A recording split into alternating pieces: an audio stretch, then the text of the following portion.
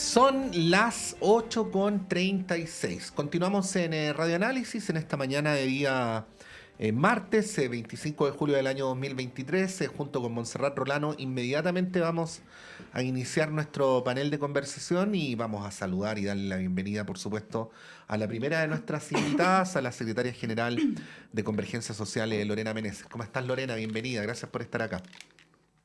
Hola, buenos días. Gracias por la invitación. Sí, pues bueno, y se va a sumar en poquitos segundos nuestro segundo panelista del día de hoy, que es el académico de la Universidad de Chile, director del Departamento de Sociología, el profesor Octavio Avendaño. Pero bueno, vamos con los temas, Monse. Sí, bueno, saludar a Lorena. Yo sé que en estos últimos días y semanas la noticia ha estado del lado del gobierno, pero ahora quiero preguntarte y preguntarles también cuando llegue Octavio respecto de la oposición. Bueno, hablamos ayer de esta famosa carta de diputados de la UDI, la que apoyó el presidente de ese partido, el senador Macaya. Y bueno, ha generado hartos coletazos y el desmarque, algo que llamó la atención de sus socios de coalición. Ahí, Lorena, ¿cómo ves la situación en la derecha, particularmente a propósito de esta declaración y de este doble error, podríamos decir, de la UDI, ¿no? Por un lado, imputarle delitos al ministro Jackson, cosa que no se han arrepentido, ¿eh? No han pedido excusas, y ayer en la comisión donde estuvo el ministro Jackson insistieron en el punto. Y por otro lado, respecto del tema previsional, ¿no? Que es un tema más complejo que vamos a abordar más adelante. ¿Cómo ves la situación ahí en la derecha? Bueno, evidentemente que el aprovechamiento político que buscaron hacer los actores respecto del robo de los computadores desde el Ministerio de Desarrollo Social superó nuevamente los límites en la degradación de la política nacional. Esa es una opinión bastante que puede sonar muy dura, pero efectivamente creo que se extralimitaron en menos de horas. Ya se estaba acusando prácticamente al ministro de comisión de delito, etcétera. Y la verdad es que no recuerdo que exista un punto tan álgido desde hace mucho tiempo, diría yo, en el cual se toma una posición tan delicada respecto de lo que finalmente al parecer pareciera ser un robo más bien común. Bueno, es una cuestión que hay que investigar. Pero en este momento lo que prefiero es celebrar la modesta lección de madurez que dieron ciertos actores de oposición como Renovación Nacional y Evópoli al dejar sola a la UDI. En este inaceptable chantaje con un tema tan delicado como la reforma de pensiones. Ayer lo dijo el presidente Boric, de verdad que poner en la mesa esto de no nos volvemos a sentar a negociar ni a conversar a cambio de que se tome tal o cual decisión respecto del gabinete del presidente de la República, me parece que es inaceptable, y ante esto el gobierno ha respondido con bastante madurez, con una apertura real del diálogo e incluso retira la urgencia del proyecto precisamente para entregar este espacio de diálogo y de lograr acuerdos. Sin embargo, lo que vemos hoy día es a la UDI encajonada en esta decisión que toman sin pedir disculpas, que es lo mínimo que se podría pedir, y tampoco con ninguna intención de volver a sentarse en la mesa y finalmente poner lo que significa el tema de pensiones, que es un tema tan delicado, lo hemos conversado antes, acá mismo creo, respecto del sentido que es este tema para la población chilena, y por tanto entender y mezclar ambas situaciones me parece que es inaceptable, y que lo que ha hecho es degradar más la política y que en el fondo la ciudadanía deje de creer y se distancie cada día más. Bueno, aprovechamos de saludar a Octavio Avendaño. Bienvenido, Octavio. Muchas gracias por estar acá. Muchas gracias a ustedes por Sí, la pues. invitación, como siempre. Sí, pues Eh, bueno, estábamos hablando del tema. Te lo quería plantear de la siguiente forma, luego te doy la palabra. sí, Esta impresión que da de que en esta vuelta al menos, pero quizás más que en esta vuelta, la UDI midió mal sus fuerzas, ¿no? Existe una vieja idea de que cuando a uno se le pasa la mano le viene de vuelta, ¿no? Sí, De que habría ocurrido esto, pero además te lo quiero preguntar vinculado con esto que algunos hablan como del deterioro de la calidad del debate político, porque cada vez hablamos más de escaramuzas y menos de debate de ideas o de debates legislativos, ¿no? Al fin y al cabo, independientemente sí, de si uno le gusta una cosa o la otra, lo ideal es que en la política discutamos políticas públicas y no otros asuntos exacto. subalternos, ¿no? ¿Cuál es tu mirada al respecto? Bueno, a propósito de lo que está ocurriendo en los últimos días sobre el retiro de la UDI y las condiciones que plantea la UDI para avanzar en materia de reforma previsional, me parece que es algo que se entiende solamente teniendo en cuenta las actuales circunstancias. Estamos frente a un gobierno de minoría y frente a un gobierno que depende de la voluntad de otros actores que no son los actores del oficialismo. Eso coloca al gobierno en una condición bastante vulnerable, bastante débil para llevar adelante la agenda legislativa. Ha ocurrido no solamente con estos temas, sino que ha ocurrido con otros temas. También ocurrió con el tema de la reforma tributaria. Este rechazo a la idea de legislar en su momento obedece a las mismas condiciones y circunstancias que hoy día afectan al sistema político, la fragmentación del sistema de partido y la presencia de un gobierno de minoría. Ahora, bajo estas circunstancias debiese ser el oficialismo, el gobierno en particular, quien lidere la agenda legislativa. Y desde luego sabemos que eso es así por razones incluso institucionales y Ujú. constitucionales. Sin embargo, ahí yo creo que también hay un punto bastante débil debido a que el propio gobierno ha pecado a veces de exceso de indecisión.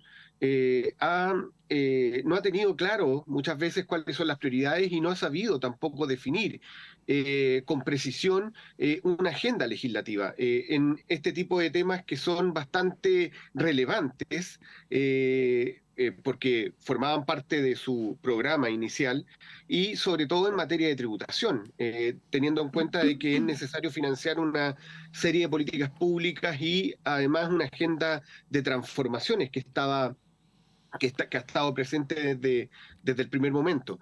Entonces, yo creo que hay un elemento que es muy importante, más allá de la actitud de la UDI, que todos podemos cuestionar, que es la indecisión, la imprecisión, porque sabemos que la reforma previsional requiere también de otros elementos, requiere de modificar la estructura tributaria, en su conjunto, no solamente esta idea del impuesto a las grandes fortunas o a los súper ricos, sino que también es necesario sincerar el debate y plantear de que una reforma previsional o un sistema previsional como el que se está planteando o como el que pretenden promover a determinados actores sociales y políticos requiere de un financiamiento completamente distinto, requiere de aumentar la carga tributaria de las personas, entre otras cosas. Y eso no se ha planteado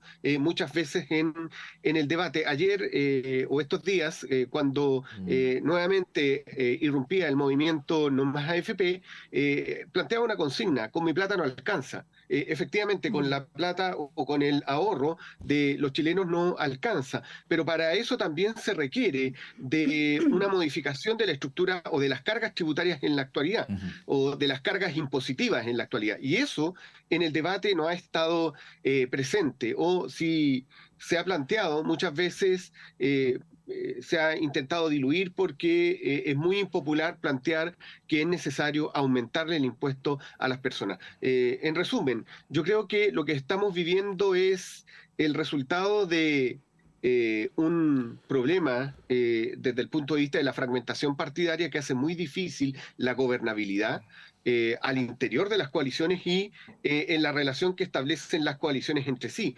pensando en la relación que debe establecer el gobierno y la oposición, o el oficialismo y la oposición, al momento de asumir la agenda legislativa o enfrentar los debates parlamentarios. Sí, efectivamente, como dice Octavio, esos son los temas de fondo y ya vamos a ir a ellos en profundidad. Pero antes de eso, a propósito del tema de la gobernabilidad, yo me pregunto qué es lo que pasa con el ministro Jackson, porque ya hubo un intento de acusación en su contra, y cada cosa que ocurre siempre llega al ministro Jackson cuando él incluso no tiene nada que ver. En el caso convenio, y acá lo hemos dicho insistentemente, no hay ni un antecedente que vincule al ministro Jackson con las irregularidades o ilícitos incluso que se cometieron, ni siquiera a nivel personal, ¿no? De alguna amistad con las personas involucradas.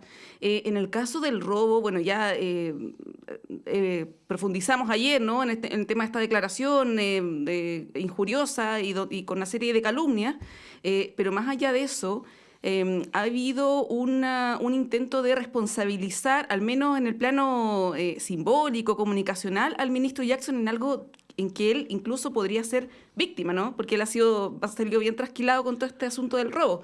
Ayer en la comisión donde él participó, y que fue bien ingrata y bien tensa con cruces de palabras de los parlamentarios, la presidenta de la Comisión de Desarrollo Social dijo algo que me llamó la atención. Ella es UDI o pro-UDI, digamos. Ella dijo, yo tengo todos los antecedentes de todas las acusaciones constitucionales, de todas las veces que increparon a ministros en el periodo anterior. Y ahí yo me pregunto si es que esto tiene que ver con una vuelta de mano donde el ministro Jackson es el símbolo, ¿no? A propósito de declaraciones como el tema de la superioridad moral, también de vincular el proceso constituyente con el programa de gobierno, y también de impulsar una serie de acciones contra el gobierno anterior. Y ahí yo me pregunto, Lorena, y te traspaso la inquietud, a propósito de la gobernabilidad que señala Octavio, porque si estamos en esta constante vendetta de que nosotros vamos a hacer todo lo posible para que este ministro se vaya, ¿no? Y luego puede ser otro, va a llegar otro gobierno de otro signo político y va a pasar exactamente lo mismo. ¿Cómo analizas ese escenario ya más en el plano general, pero particularmente en el caso del ministro Jackson? Hay varios puntos aquí que me parecen relevantes. Por un lado, el reconocimiento de que es un gobierno que tiene minoría parlamentaria. Porque esto como que se generaliza, así como es un gobierno de minorías y suena como muy grandilocuente, es un gobierno que tiene minoría parlamentaria y lo sabemos desde el principio, y por lo mismo lo que esperamos nosotros, por lo menos desde los partidos que apoyamos al gobierno, es una mayor madurez respecto de las acusaciones que se hacen, cómo se está trabajando hoy día la política. Cuando se habla de esto que es como dubitativo, como que es poco claro, tiene que ver con que se ha entendido desde el momento cero que empieza este gobierno que la única forma de poder avanzar en transformaciones tiene que ver con el diálogo y con la conversación con los distintos actores. Eso para empezar, digamos, en la reflexión. Efectivamente, hoy día da la impresión de que existe esta venganza, vendetta o como queramos llamarle, personificada en la figura del ministro Jackson, y que tiene que ver con una fuerza política que irrumpe, que es el Frente Amplio, digamos, que está personalizada, quizás el ministro representa el etos, quizás de lo que significaba la impugnación a los 30 años, etcétera, o distintas frases que se han escuchado, y que al parecer sacarlo a él representa para ciertos sectores, principalmente de la derecha, pero también algunos que están por ahí como fuego amigo, diría yo, representa esto de destruir un conglomerado político. Y por tanto, lo que se hace es, una vez más, y lo vuelvo a repetir, es denigrar lo que significa el diálogo político, que es lo que está llamando el gobierno desde siempre. Cuando se dice que, por ejemplo, la discusión de la reforma tributaria no se han entregado todos los elementos, no es real. Efectivamente se han entregado todos los elementos y sin embargo no es posible avanzar. Pero hoy día tenemos una situación más grave, que es la reforma de pensiones.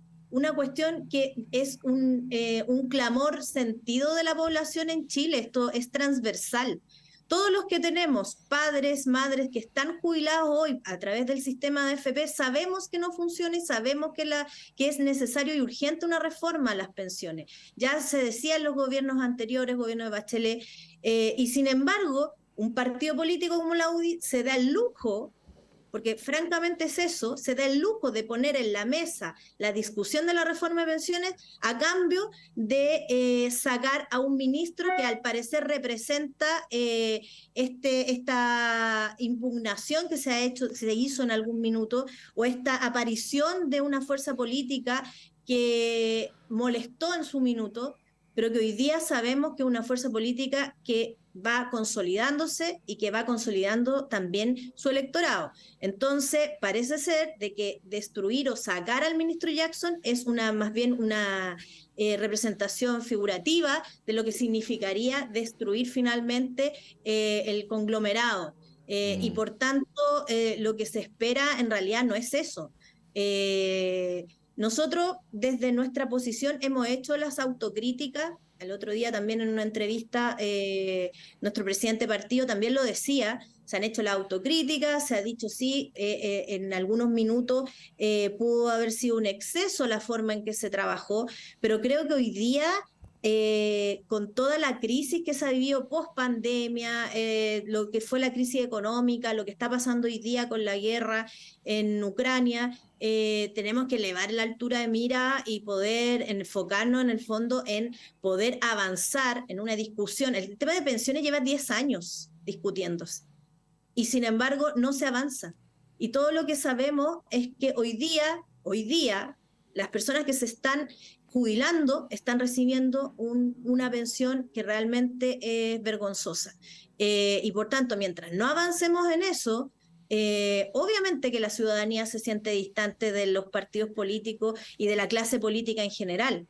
Si lo que se ve esto finalmente son vendetas, no vamos a avanzar en lo que realmente la ciudadanía requiere. Y no solamente la ciudadanía, estamos hablando de todos los chilenos.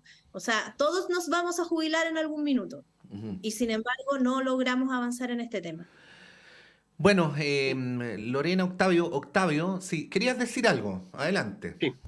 Sí, bueno, yo creo que el ministro Jackson se ha transformado en una suerte de escollo, tal como en algún momento fue la ministra del Interior, Isquia Siches.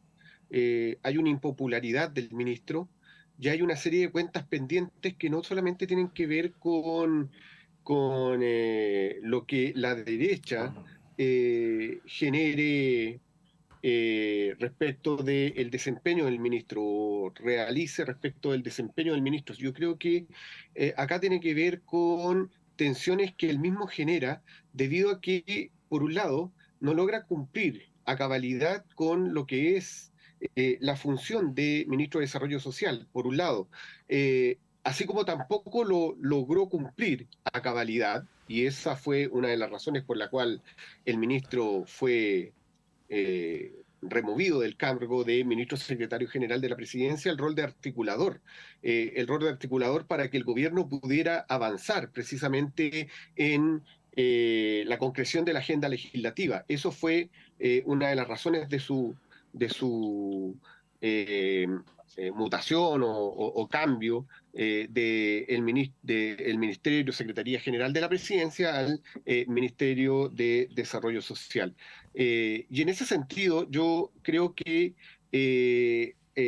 hay un elemento que es muy importante y que tiene que ver con la responsabilidad, porque los resquemores, las tensiones y los cuestionamientos han surgido dentro del propio oficialismo, sobre todo en lo que es socialismo democrático. Y es comprensible, teniendo en cuenta de que el Frente Amplio irrumpe con un discurso antipartido, con un discurso anti clase política y anti, se denominaba en su momento anti-establishment, que era el cuestionamiento precisamente a los partidos de centro-izquierda, y que hoy día, estando en el gobierno, considera que es necesario, primero, contar con partidos sólidos, contar con apoyo partidario en el Congreso Nacional. Sin embargo, la actitud del ministro Jackson en algunos momentos fue mantener esa distancia y ese discurso de crítica hacia quienes se estaban integrando al oficialismo y al gobierno. Este discurso de la superioridad moral le jugó bastante en contra, generó resquemores no tanto en la derecha, sino que más bien en el ámbito de la centroizquierda. Y en ese sentido, yo creo que al ministro también le ha faltado no solamente un buen desempeño, sino que también asumir un sentido de la responsabilidad. Asumir un sentido de la responsabilidad porque muchas de las declaraciones han generado resquemor y han generado tensión en el propio oficialismo. En otras palabras, aquí hay errores y desaciertos del propio ministro que han salido a la luz y que desde luego en un escenario donde aparecen otros temas que muchas veces se relacionan o no se relacionan directamente con el Ministerio de Desarrollo Social, desde luego permiten abrir nuevos flancos débiles y nuevos flancos de crítica, en este caso de los partidos de la derecha, ya no solamente de los partidos de socialismo democrático o de la propia, digamos, coalición oficialista, sino que también de la derecha. Ayer escuchaba, por ejemplo, a representantes del Frente Regionalista Verde Social que se referían y que ha estado vinculado de manera estrecha al Frente Amplio, al PC, ha estado más vinculado a lo que es a Prodignidad que a socialismo democrático, y sin embargo se referían esos dirigentes de manera bastante crítica a la figura del ministro Giorgio Jackson. Cabe destacar de que esta condición o esta situación que afecta al ministro Giorgio Jackson no afecta a ningún otro ministro o miembro del gabinete, no afecta a la ministra Camila Vallejo, ni afecta al mismo presidente de la República, entre otras cosas porque el presidente de la República se ha sabido manejar en su relación con el resto de los partidos, no así el ministro Giorgio Jackson, y eso desde luego genera resquemores, genera una serie de antipatías en el resto de los actores sociales y políticos, y en este momento el ministro con responsabilidad o no o sin responsabilidad en los casos que se le están imputando, aparece como una figura bastante controversial y como una figura que se debe reemplazar sí o sí. Claro, porque al gobierno le empieza a afectar en su imagen en general. El tema, Octavio, que yo te encuentro toda la razón, es que cuando se pide la cabeza del ministro, sobre todo a cambio de cuestiones tan sensibles como las pensiones, más se afirma el ministro.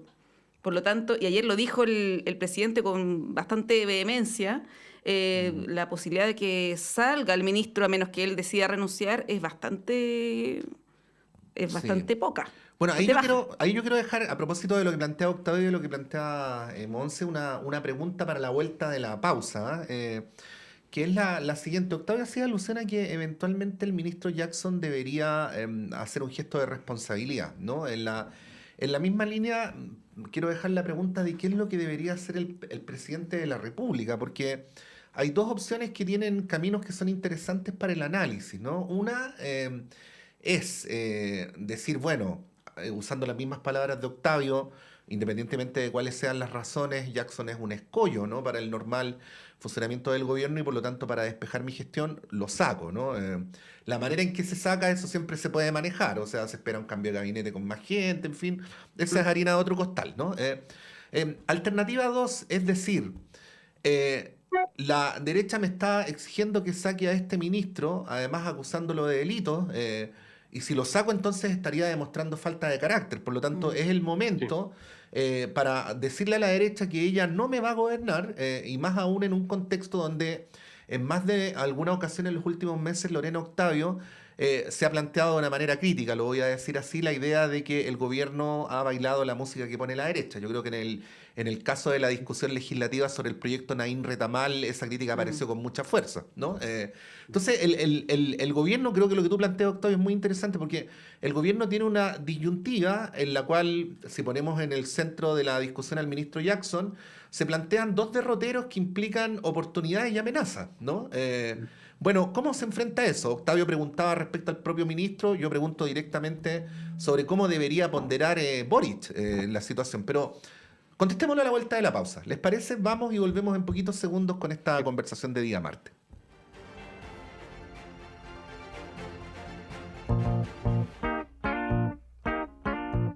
República de las Letras en vivo.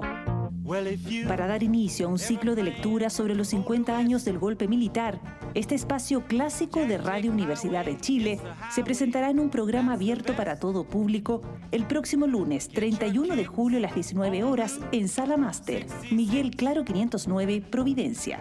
En la ocasión, Omar Serrás, Patricio López, Alberto Mayol y Antonella Esteves comentarán la novela Primavera con una esquina rota de Mario Benedetti, escrita en 1982. La actividad contará con la participación del actor del Teatro Ictus Roberto Poblete en las lecturas y del maestro Romilio Orellana en la guitarra. Ya lo saben, abierta a todo público la República de las Letras en vivo este próximo lunes 31 de julio a las 19 horas en Sala Máster de Radio Universidad de Chile.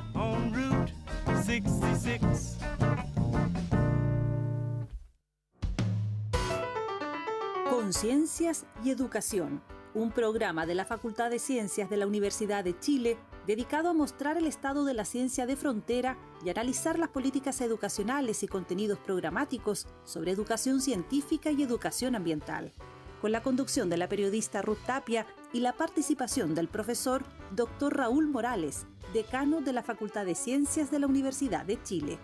Conciencias y Educación, un programa para una ciudadanía más demandada en los avances científicos, tecnológicos y ambientales.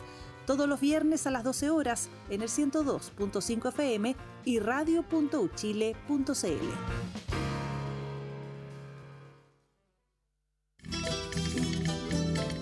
Chile, su tierra y su gente. Sintonízanos todos los domingos a las 11 de la mañana en Radio Universidad de Chile. Les invitamos a seguir acompañándonos para continuar nuestro viaje conjunto desde hace más de 13 años.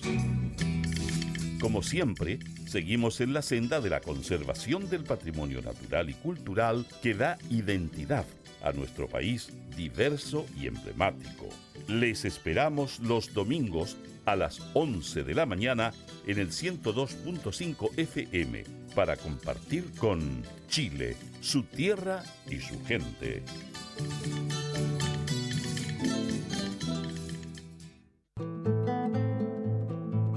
Hola, soy Luis Mesina y les quiero invitar a todos y a todas para que sintonicemos todos los días viernes de 16 a 17 horas en Radio Universidad de Chile el programa Debate Social, donde estaremos discutiendo, debatiendo, conversando con amigos y amigas sobre la realidad nacional, especialmente del mundo social. Así que quedan todos invitados e invitadas a escucharnos.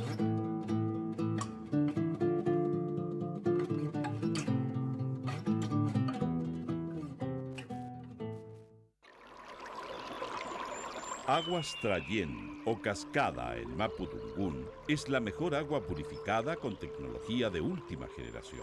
Para más información, visite su página web www.aguastrayen.com. El Departamento de Prensa de Radio Universidad de Chile trabaja para mantenerlo informado. Radio Análisis, una transmisión conjunta de las radios que piensan.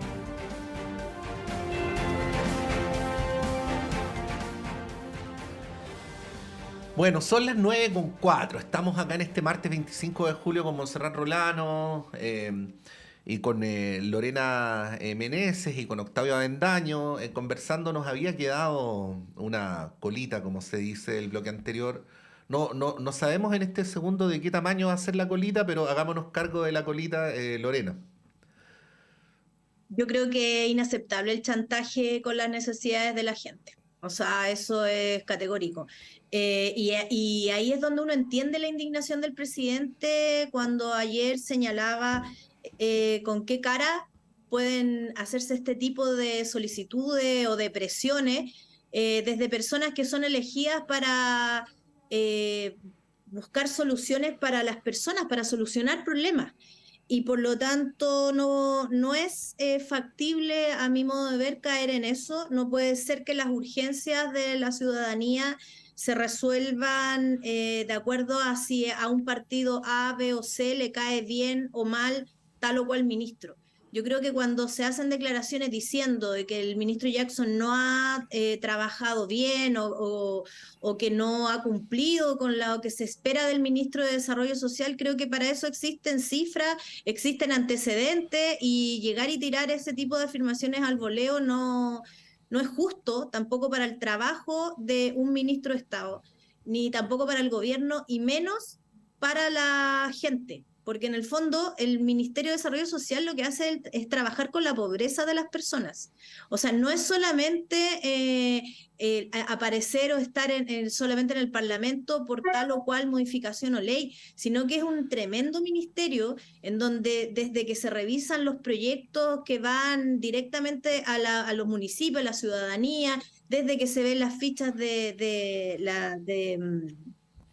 familiares, los distintos bonos, las distintas urgencias que presenta la población, eso tiene cifras objetivas y ya se verá en su minuto si el ministro Jackson lo ha hecho bien, lo ha hecho mal, pero tiene que ver con otras evaluaciones, no con una evaluación en cuanto a si me cae bien o me cae mal.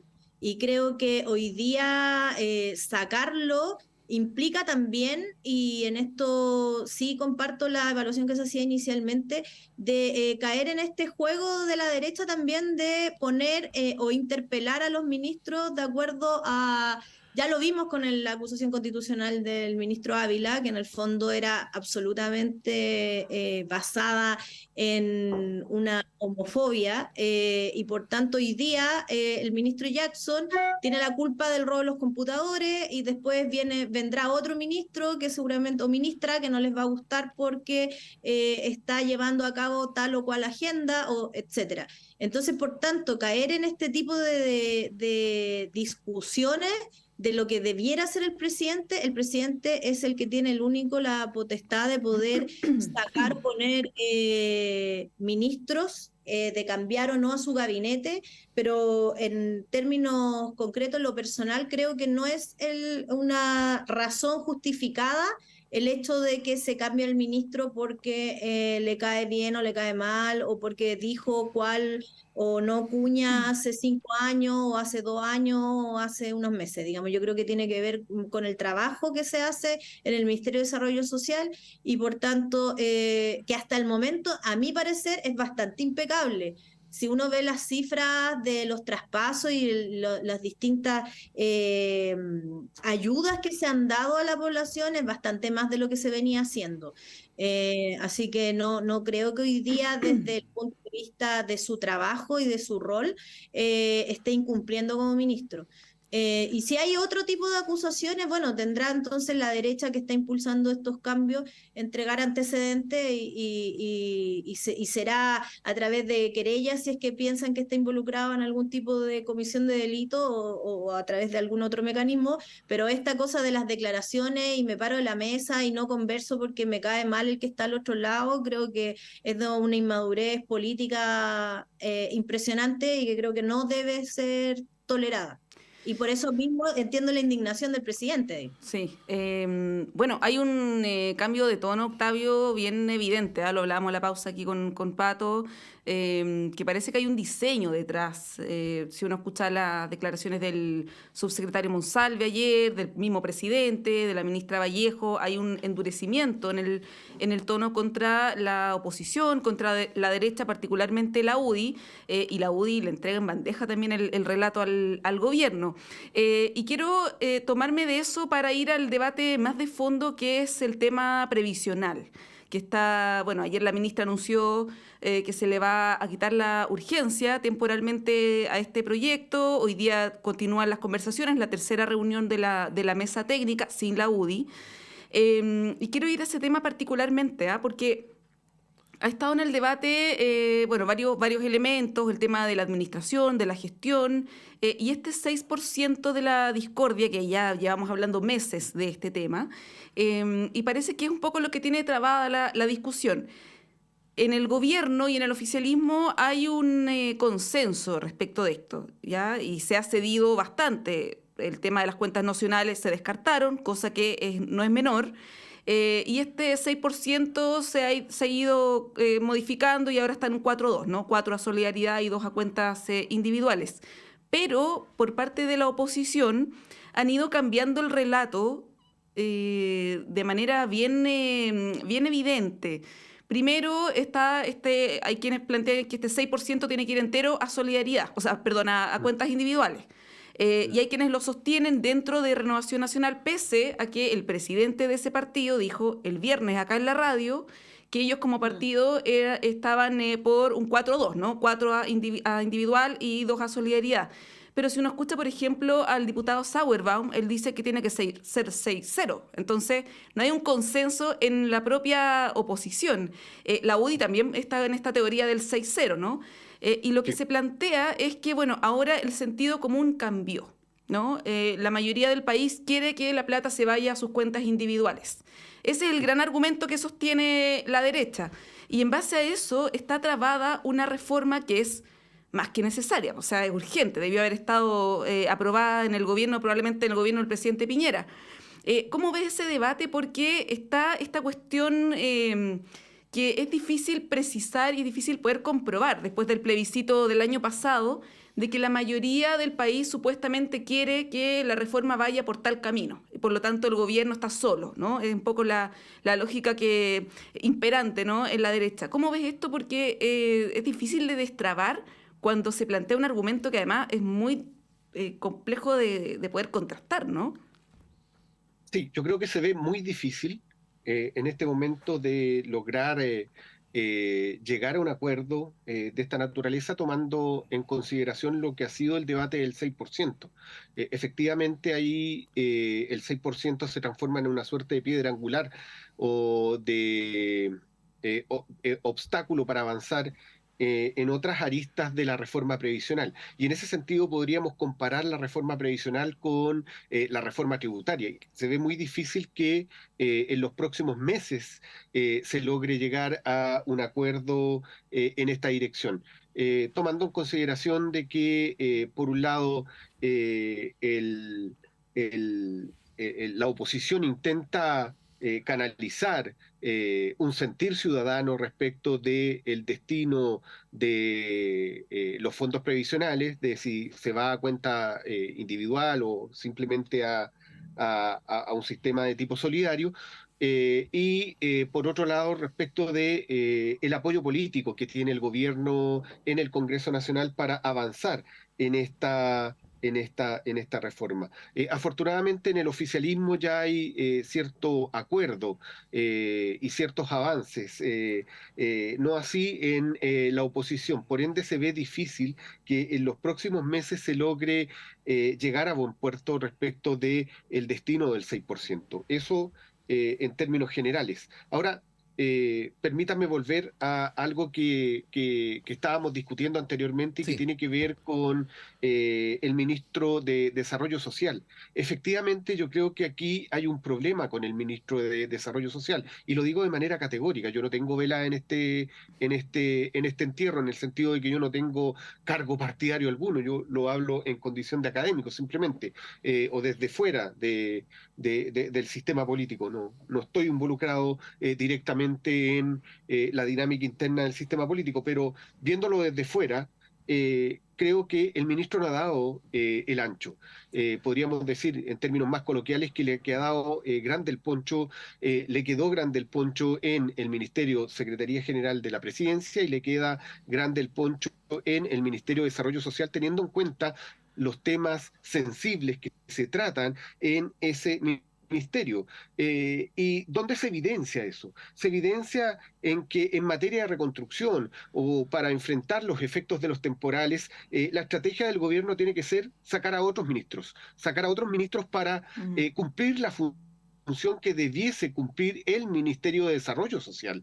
El Ministerio de Desarrollo Social no lidera la reconstrucción o no lidera todo lo que tiene que ver con enfrentar los efectos sociales de los temporales. Tienen que ser otros ministros los que cumplen esa función o suplen la falta de liderazgo del ministro Jackson. Pongo el ejemplo en otros ministros que sí han tenido un gran desempeño y que podríamos decir logran llenar ese vacío. El ministro Esteban Valenzuela, ministro de Agricultura, que en las localidades rurales cumple la función no solamente en relación a los problemas del fomento productivo, sino que también las consecuencias sociales de los temporales o lo que fue el problema de la reconstrucción en la octava, novena y séptima región con los incendios del verano. Ahí hay un problema bastante notorio de falta de conducción, de falta de liderazgo que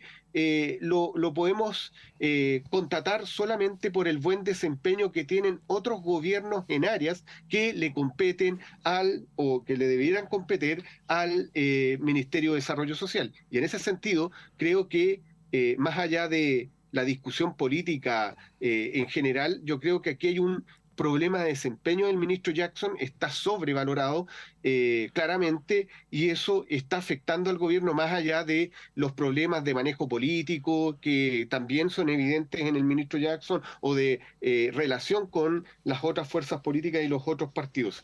Eso principalmente era lo que quería señalar, además de lo del 6% y de lo que se avisora en materia previsional para los próximos meses.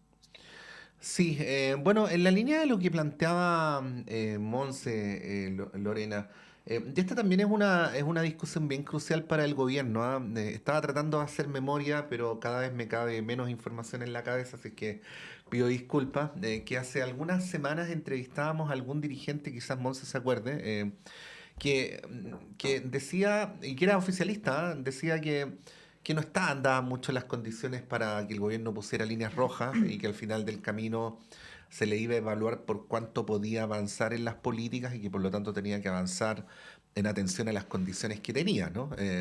Y te planteo esto porque puede enfrentarse el gobierno a un eventual escenario, no lo sé, donde la única manera de avanzar sea un 6-0, pero que es una manera de avanzar que visto desde otro lado puede ser también considerado un retroceso porque lo que hace en la práctica o lo que haría en la práctica en una perspectiva más estructural sería profundizar el sistema de AFP en vez de revertirlo, ¿no? ¿Cómo ves ese dilema? Porque voy a decirlo así, es más o menos el mismo dilema que enfrentaron los gobiernos de la concertación, respecto a los cuales muchas veces el Frente Amplio fue súper crítico, ¿no? Sí, pero hay que recordar que la propuesta que se debatía en el gobierno del presidente Piñera era 3-3, que un poco es lo que está planteando la democracia cristiana. Entonces ahora la derecha está retrocediendo incluso la propuesta del presidente Piñera y considera que eso ya no es aceptable. Porque las condiciones cambiaron, ¿no? O sea, si lo hace es porque puede, ¿no? Ese es el punto, ¿no? Y bueno, Claro. pero ¿qué hace el gobierno al respecto? ¿O qué hace el oficialismo para hablarlo como bloque y no solamente como uno de los poderes del Estado, Lorena?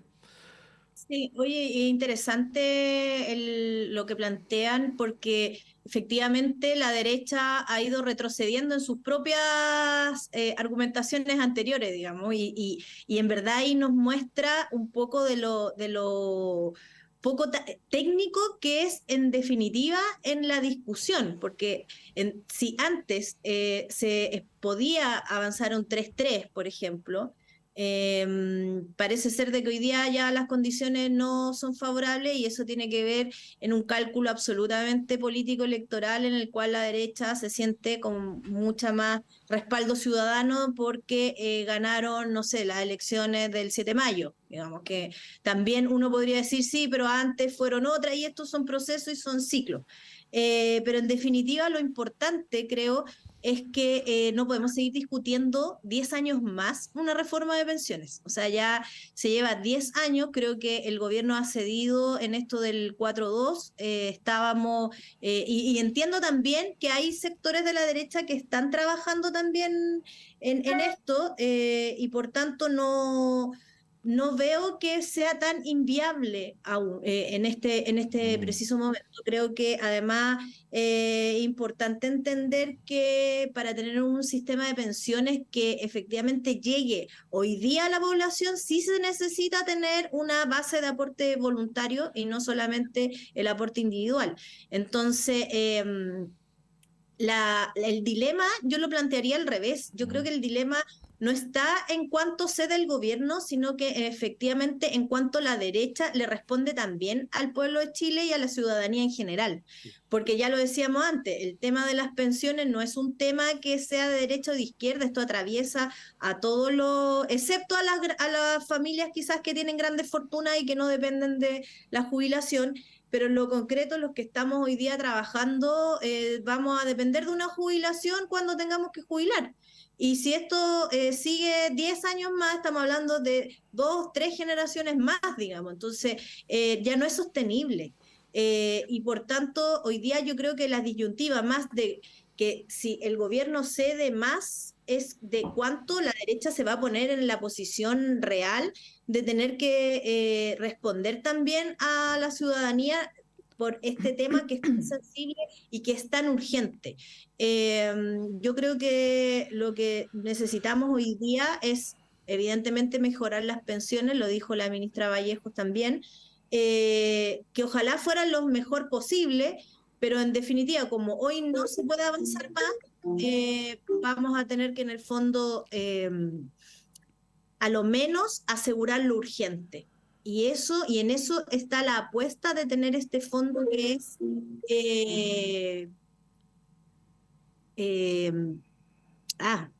el fondo del 4%, digamos. Perdón. Sí, bueno, nos quedan algunos minutos Perdón, Octavio. Un elemento adicional a propósito de lo que decía Lorena. Yo creo que hay un elemento que muchas veces se deja de lado, sobre todo por parte de la derecha, cuando argumenta a favor de la capitalización individual, porque al mismo tiempo la derecha y sobre todo el sector empresarial están argumentando a favor de una mayor flexibilidad laboral.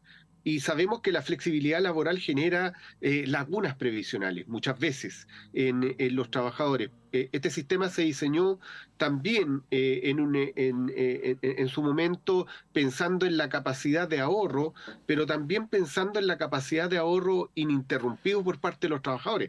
Y sin embargo, la experiencia ha demostrado lo contrario, se generan lagunas previsionales en los trabajadores y en ese sentido es necesario contar con un fondo solidario para enfrentar precisamente los problemas que genera la capitalización individual de manera indirecta. Sí, bueno, el argumento que sostiene también la oposición es que las condiciones cambiaron no solo a nivel del debate público, sino que también porque ahora existe la PGU.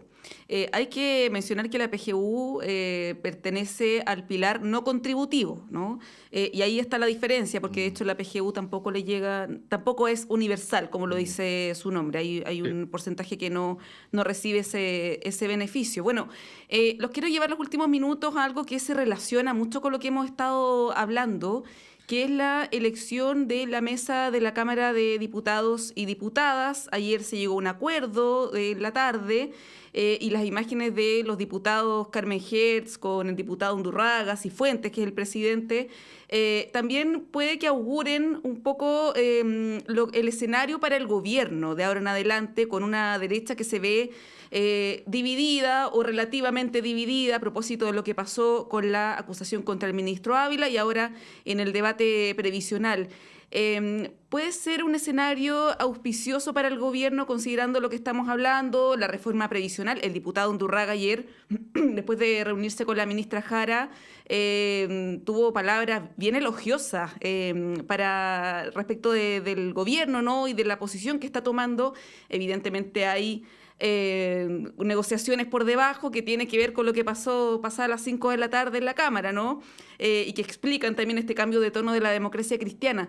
Se ve que hay una concertación, por así decirlo, de fuerzas políticas más favorables al gobierno en este momento, o por ahora, ¿no? Eso puede cambiar drásticamente en las próximas semanas, pero ¿podría ser un escenario favorable para las reformas? Se los pregunto, Lorena, en pocos minutos porque no nos queda mucho.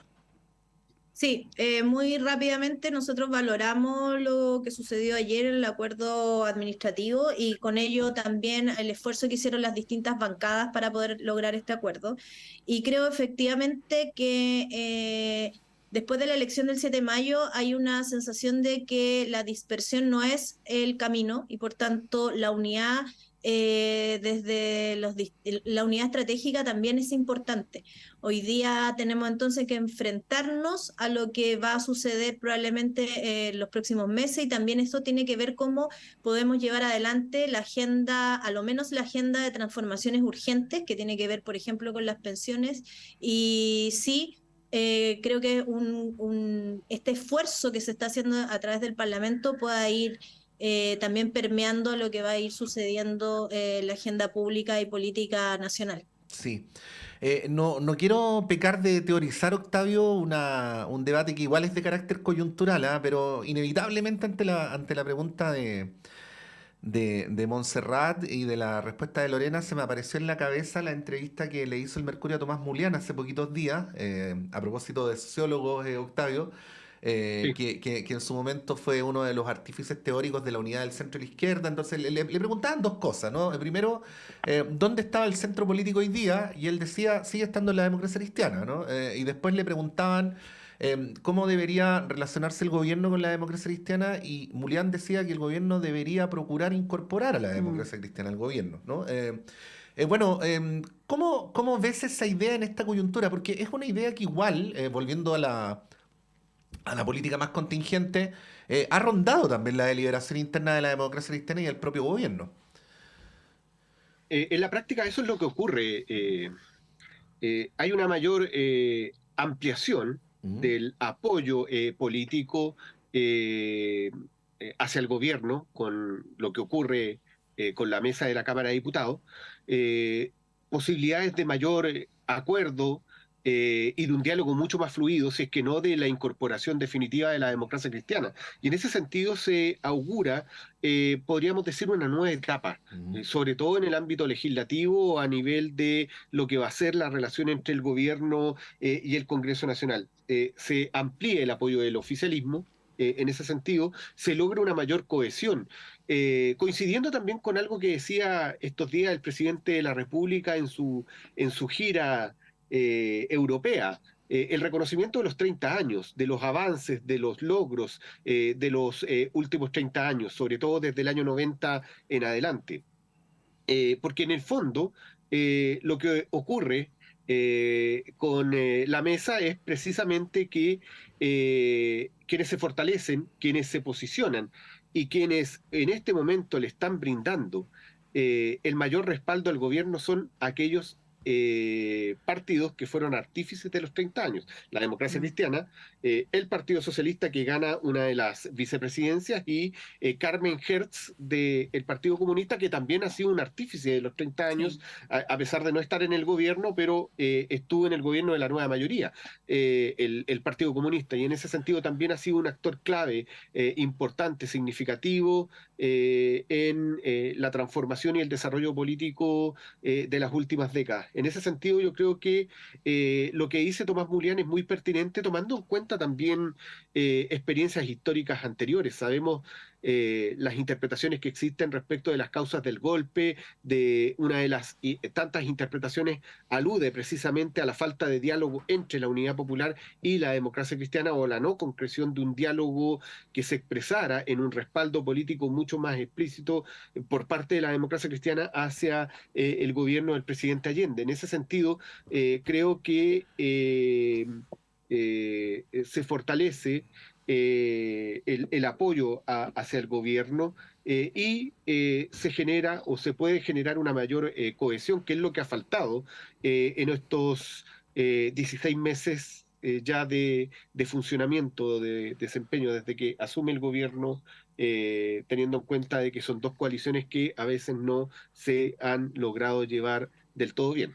Sí, bueno, hay que recordar que el diputado Cifuentes habitaba ahí una oficina en el Palacio de la Moneda para el segundo gobierno de la presidenta Bachelet. Él fue subdere de la presidenta Bachelet. Súper importante el cargo. Muy importante Sí. en el gobierno de la nueva mayoría, donde estaban comunistas y demócratas cristianos. Por lo tanto, esta Exacto. alianza, ¿no?, en la mesa tampoco es tan rara. Sí, probablemente Cifuentes es un nombre de mejor paladar para la izquierda del gobierno que lo que podría haber sido, por ejemplo, Erika Edo, ¿no?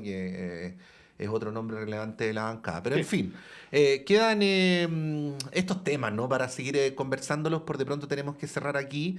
Muchas gracias, Lorena Meneses, que tengas un súper buen día.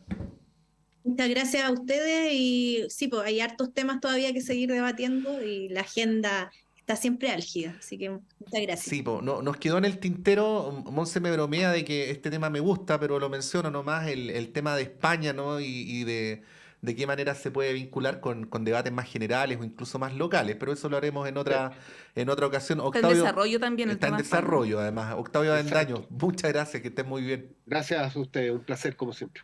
Bueno, y con Montserrat vamos a ir un alto. Yo me quedo porque a la vuelta vamos a tener una conversación para seguir contándoles lo que está ocurriendo en nuestra sala máster con un súper invitado, que hoy va a ser un invitado acá en Radio Análisis, pero que la próxima semana va a ser un invitado en vivo y en directo en la sala máster. Viene desde el Uruguay, Luciano Superville. Vamos a conversar a la vuelta con él. Portal Disc, Cultura Violeta y el Liceo Manuel de Salas te invitan a un gran ciclo de música y teatro que se realizará durante este año en su histórica Aula Magna. Grandes artistas como Pancho Varona de España, Jairo de Argentina y los chilenos Nehuen Afrobeat, Mauricio Redolés, Banda